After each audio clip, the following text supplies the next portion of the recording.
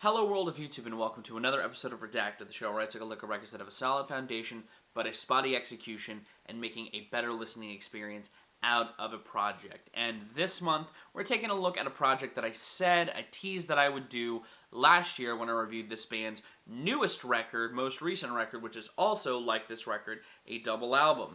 And there was some intrigue in the comments as to what I meant by that. And while I appreciate the core record that's here, and I like what it did for the band in question, I just think that it's a little lofty, it's a little bloated, and my goal today was to make it a better listening experience. Kind of a cut and dry episode this week. I'm going to be talking about the third outing from Georgia sludge juggernauts Baroness, Yellow and Green.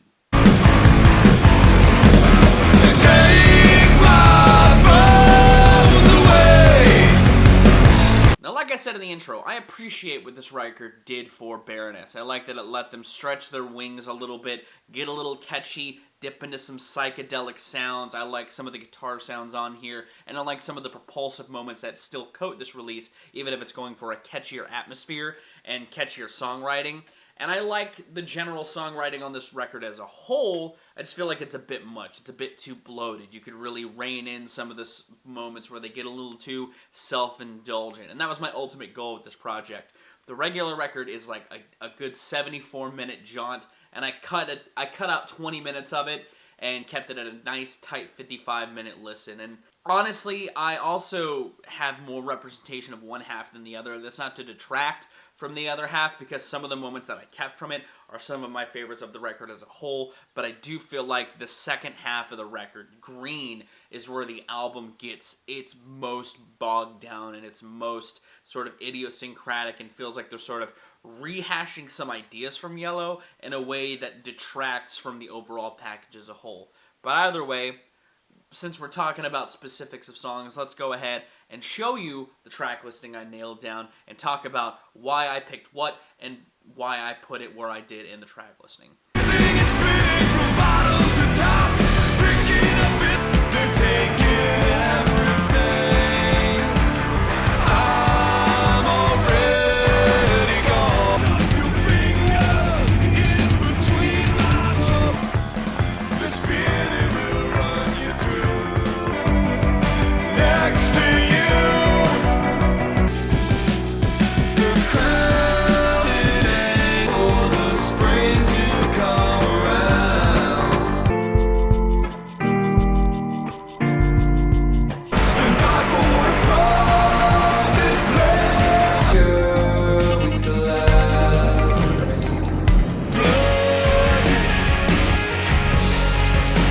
So, like I said, Yellow as a whole is represented much more than Green. You could probably just call this the Yellow record.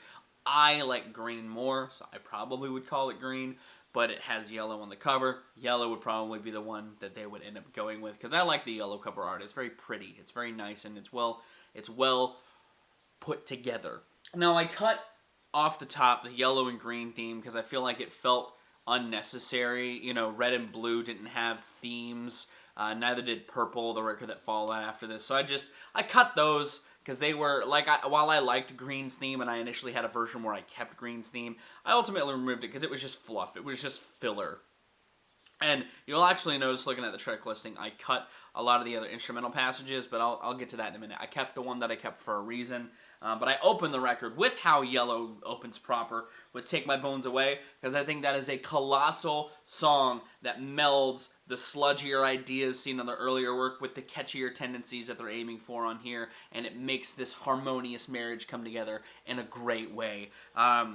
Now, I put Little Things up next just for pacing's sake. I feel like one of the other issues with this record is that the pacing is just a little all over the map because they dip into these other self-indulgent tendencies. And so to keep the pacing a little on par, I kind of kept Little Things there to keep things at a more even keel pace. So that way the record kind of gains propulsion with Take My Bones Away and lets it carry through Little Things. That then gets even more catchier with Board Up the House, which has an incredible vocal line in it. I love the vocal melodies in that song, and I feel like it's another catchier moment following these, again, catchier songs, but still without losing some of that Baroness energy that you would you had known them for their previous 2 records. And then I ramp up the energy just a little bit, because we have a good solid opener with some good songs to just kind of keep you jogging before you sprint up a little more with March to the Sea, which is a more energetic cut that, again, has some nice gnashing guitars. The band kind of grooves through with a nice energy before kicking it into a different lane with Psalms Alive, one of the few tracks I did keep from Green. And while the electronic flourishments may seem a little out of place, they dip into electronic textures at points in this record on the tracks that I've kept already, and I just wanted to have an outright more electronically driven cut to kind of cement that they're experimenting more on this release than just heavy psychedelic sounds and catchier choruses with a track like Psalms Alive. Before sort of shifting gears back into these heavier, psychedelic, catchier moments on Back Where I Belong, which, like Board Up the House, feature these great vocal lines, but it's a little more of a stretched out song structure. This is one of the longer songs on Green and Yellow, and I put it here as sort of a centerpiece for the record because the record up to this point has been pretty propulsive, and this kind of keeps it going, but it does it in a more dynamic fashion to kind of shift the record a little more sonically before really bringing things down on Mountains, the Crown, and the Anchor, which has production that's a little different than the previous songs on the record, and it's a lot more stripped back sonically, but it's a real moment of come down after getting washed in psychedelic guitars and sludgier passages. I use Mountains as this sort of initial release from everything, because while Psalms Alive has a little more of a subdued sound, it still has some kinetics to it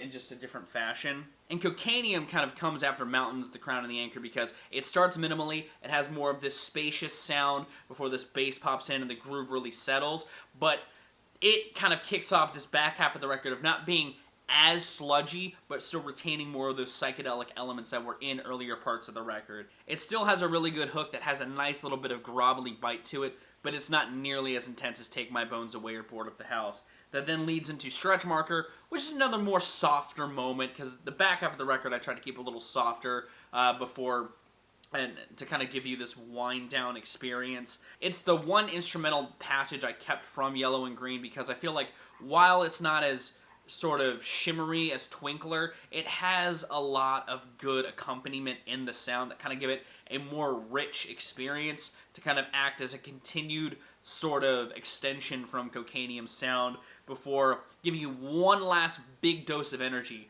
with Sea Lungs, which is a huge, explosive, energetic song to kind of act as a throttling punch into the last 2 songs of the record, Collapse and Eula, which are kind of a 1-2 sort of grasp of a wind down, or embrace of a wind down. Because Collapse has this building sort of melody to it with these delay-centric guitars that kind of have you weaving around this more subdued atmosphere that definitely winds down more as the end before Eula comes in and explodes all over the place with its huge chorus and its zany guitar solos. There's a lot of sounds in Eula that I feel like are the peak of the record's ideas and gives the album a huge showstopper. I love that Eula closes Yellow, and it's one of my favorite Baroness songs, and I love the atmosphere of it, and I had to put it as the closer to this whole experience, because I think it is the best song to close out this album of huge psychedelic leanings with some still sludgy moments. It's a great song, and it's why I made it the closer for my redaction of it. And that was my Redacted. What did you think of it? Did you like this track listing? Would you do Yellow and Green differently? Let me know in those comments down below. If you did like my Redacted and you want to listen to it yourself, there's a link in the description to my YouTube link with the YouTube playlist and the Spotify playlist if you're wanting to hear that as well. Thank you so much for watching. If you liked the video, be sure to give it a like. If you want to see more of my music, gaming, and general nerdery content, be sure to subscribe. Special thanks to my patrons if you would like to join their ranks to get early access to content, exclusive content, and help drive the community. It's linked in the description. I'm going to get out of here. I have been Devour Rack. You guys have good days, lives, and situations, and I'll see you another day.